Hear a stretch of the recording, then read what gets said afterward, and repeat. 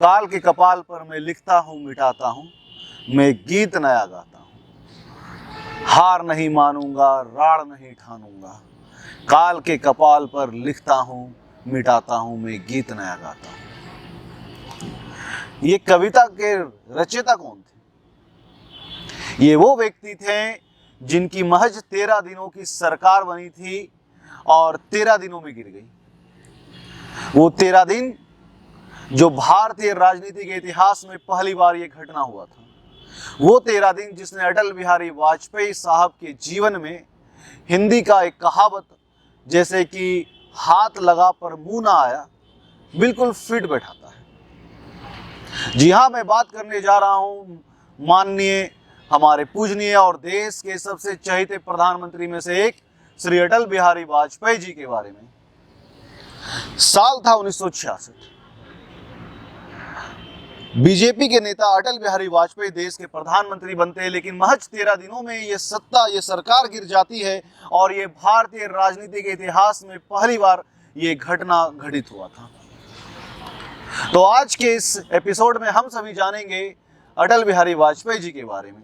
तो नमस्कार, स्वागत है आप सबों का हमारे समितोपीडिया यूट्यूब चैनल में, जहां पर आज हम लोग बात करने जा रहे हैं इस नेतागिरी के एपिसोड में अटल बिहारी वाजपेयी के बारे में।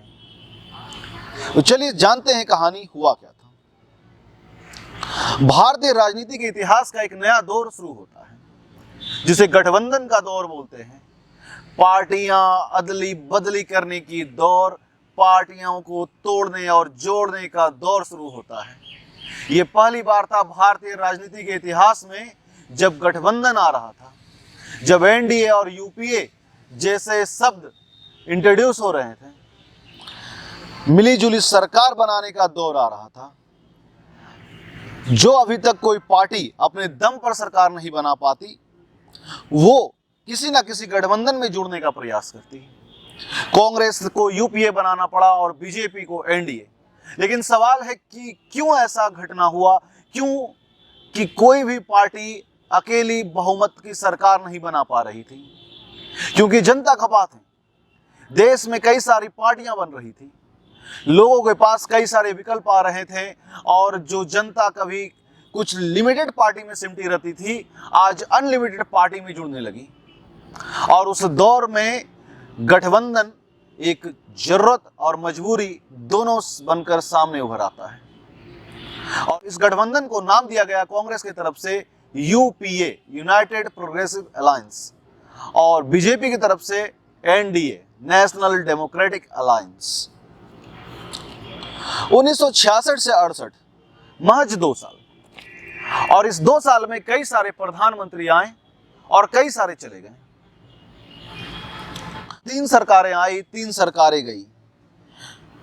लेकिन इस दौर में एक व्यक्ति थे जो इस गठबंधन के दौर में भी अपनी नैतिकता को बचाए रखे थे, अपने राष्ट्रभक्ति को बचाए रखे थे। ये अटल बिहारी वाजपेयी ही थे जो कहा करते थे कि इस व्यक्ति से बड़ा संगठन और संगठन से बड़ा देश, ये देश रहना चाहिए, इस देश का लोकतंत्र रहना चाहिए।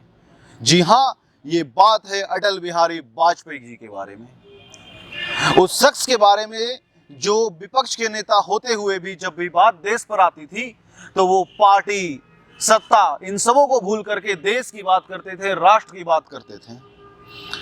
अटल बिहारी वाजपेयी जिनका जन्म 25 दिसंबर 1924 को मध्य प्रदेश के ग्वालियर में होता है। फिर शिक्षा वाडनगर के गोरखी विद्यालय से किए और बाबा साहेब आमटे से प्रभावित होकर 1939 में आरएसएस से जुड़ गए।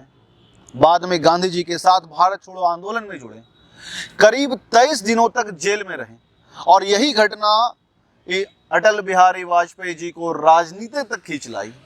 ये घटना उनके मन में एक बात बैठा दी कि अगर इस देश का भला करना है तो राजनीति में आना पड़ेगा, देश संभालना पड़ेगा। और उस देश को संभालने के लिए ये पूरी तरीके से अपना तन मन धन जन जीवन राजनीति को समर्पित करते हैं, देश को समर्पित करते हैं। 1952 का दौर था। वाजपेयी जी अब लोकसभा के चुनाव की तरफ कदम बढ़ाते हैं, लेकिन इस चुनाव में इन्हें मात खानी पड़ी। लेकिन ये हार नहीं मानी। वाजपेयी के हाथ में पहली सफलता 1957 में लगती है। 1957 में जनसंघ उन्हें 3 लोकसभा क्षेत्र से यानी 3 संसदीय क्षेत्र से चुनाव पे उतारती है। पहला मथुरा, जहां पर उनकी जमानत जब्त हो गई। दूसरा लखनऊ, जहां पर पुनीत बिहारी बनर्जी की वजह से उन्हें शिकस्त खाना पड़ा। लेकिन तीसरा बलरामपुर संसदीय क्षेत्र से अटल बिहारी वाजपेयी चुनाव जीत जाते हैं और लोकसभा के भूपटल पर कदम रखते हैं। और इनके उपलब्धि को देखते हुए इन्हें पार्टी का अध्यक्ष बना दिया जाता है। मोरारजी देसाई की सरकार आती है और उस मोरारजी देसाई की सरकार में लगभग 2 सालों तक ये विदेश मंत्री रहे थे। 1980 का दौर था। वाजपेयी जी समझ चुके थे कि केवल जनसंघ के भरोसे काम नहीं चलेगा, हमें पार्टी में कुछ नया करना होगा, कुछ नई विचारधारा लानी होगी, तभी हम लोग राष्ट्र में एक बड़ी पार्टी बनकर उभरेंगे, एक राष्ट्रीय पार्टी बनकर उभरेंगे।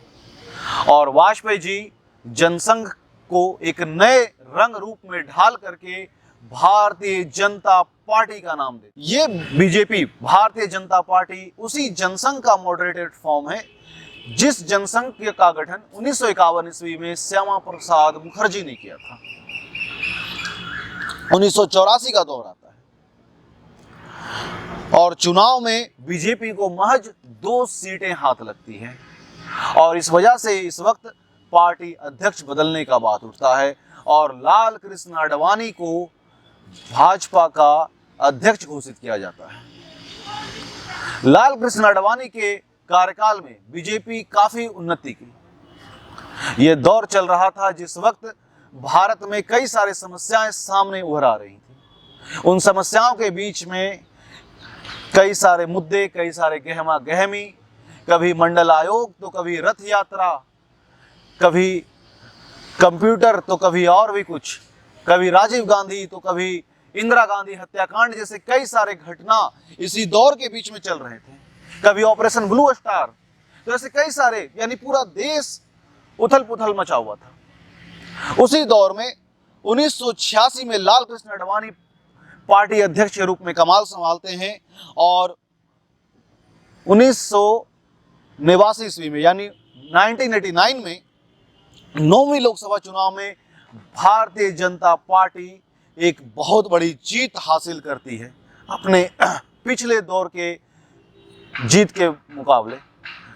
Total 89 seat Bharatiya Janata party को इस चुनाव में हासिल होता है। और 1996 का जो दौर आता है, उस 1996 के दौर में वाजपेयी जी के नेतृत्व में बीजेपी पहली बार केंद्र में अपनी सरकार बनाती है और एक नया दौर शुरू होता है। वैसे तो भारतीय इतिहास में पहली गैर कांग्रेसी सरकार जनता पार्टी ने बनाई थी, लेकिन ये जनता पार्टी से कहीं आगे उभर करके भारतीय जनता पार्टी थी जो एक नए तरीके की विचारधारा के साथ केंद्र में आती है।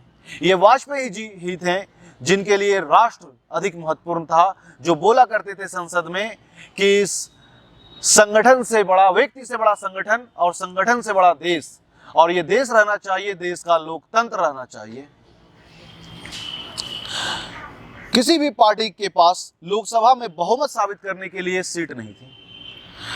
तब राष्ट्रपति शंकर दयाल शर्मा एक सबसे बड़ी पार्टी होने के नाते वाजपेयी जी को बुलाते हैं सरकार बनाने के लिए, लेकिन अफसोस वाजपेयी जी अपना बहुमत साबित नहीं कर पाते हैं और महज 13 दिनों में सरकार गिर जाती है। भारतीय राजनीति के इतिहास का ये एक पहली बार ऐसा पहलू देखने को मिला जब महज 13 दिनों में सरकार गिर जाती है। इस दौर में बीजेपी के पास मात्र 194 सांसद थे। 13 दिनों में सरकार गिरी वो अलग बात है, लेकिन अब की बार 13 दिन नहीं 13 महीनों के लिए सरकार आती है। 19 मार्च 1998 भारतीय जनता पार्टी की सरकार बनती है और देश को कई सारी उपलब्धियां मिलती है। ये अटल बिहारी वाजपेयी ही थे जिनकी वजह से देश को परमाणु मिला। ये अटल बिहारी वाजपेयी थे जिनके दौर में कारगिल युद्ध हमने जीता। ये वाजपेयी जी की सरकार थी।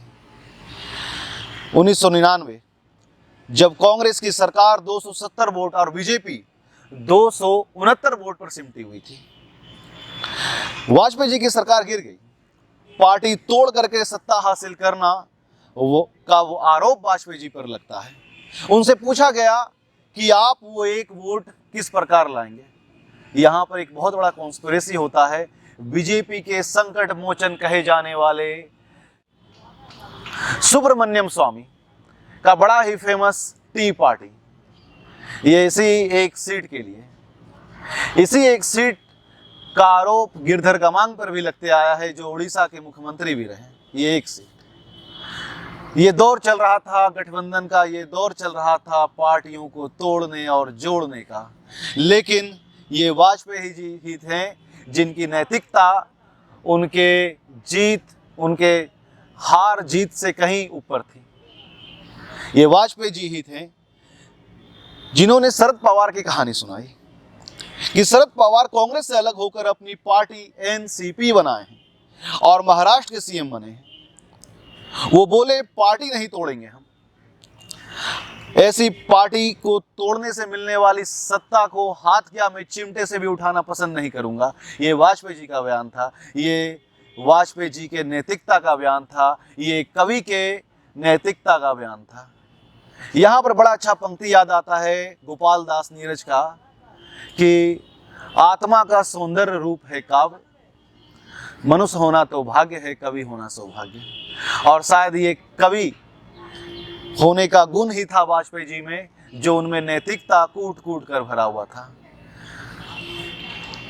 1999 से 2004 तक पहली सरकार नन कांग्रेस जिसने अपना पूरा कार्यकाल खत्म किया वो अटल बिहारी वाजपेयी जी का ही सरकार था। और उसी बीच में 1999 में ये दिल्ली से लाहौर जाने वाली एक बस सेवा लेके आते हैं हिंदुस्तान पाकिस्तान के मैत्री को बढ़ाने के लिए, क्योंकि वाजपेयी जी का मानना था और उनका कहना था आप सब कुछ बदल सकते हो, आप अपने पड़ोसी नहीं बदल सकते, इसलिए पड़ोसी से संबंध हमेशा बेहतर होना चाहिए। 29 दिसंबर 2005 वाजपेयी जी सक्रिय राजनीति से संन्यास लेते हैं और अपने काव्य और माँ हिंदी को समर्पित अपने कविताई दौर में चले जाते हैं वापस से। 25 दिसंबर जो कि उनका जन्म दिवस भी माना जाता है, और उसी 25 दिसंबर 2014 को वाजपेयी जी को भारत रत्न से सम्मानित किया जाता है। लेकिन इंसान के जीवन का एक ना एक दौर आता है जब उसे अपने प्राण त्यागने होते हैं, और ये वक्त आता है 16 अगस्त 2018। आखिरकार देश के सबसे चहीते और सबसे नैतिकतावादी प्रधानमंत्री में से एक वाजपेयी जी हमेशा के लिए इस देश को अलविदा कह गए। लेकिन आज भी वाजपेयी जी, अटल बिहारी वाजपेयी, देश के कई लोगों के दिल में बसे हैं। अंत में जाते जाते उनकी चंद लाइनें मैं आपको सुनाना चाहूँगा। एक काल के कपाल पर लिखता हूँ मिटाता हूँ, गीत नया गाता हूँ, हार नहीं मानूंगा रार नहीं ठानूंगा, काल के कपाल पर लिखता हूँ मिटाता हूँ, गीत नया गाता हूँ। धन्यवाद। इसी के साथ मिलते हैं अपने अगले वीडियो में, तब तक के लिए जय हिंद, जय भारत, वंदे।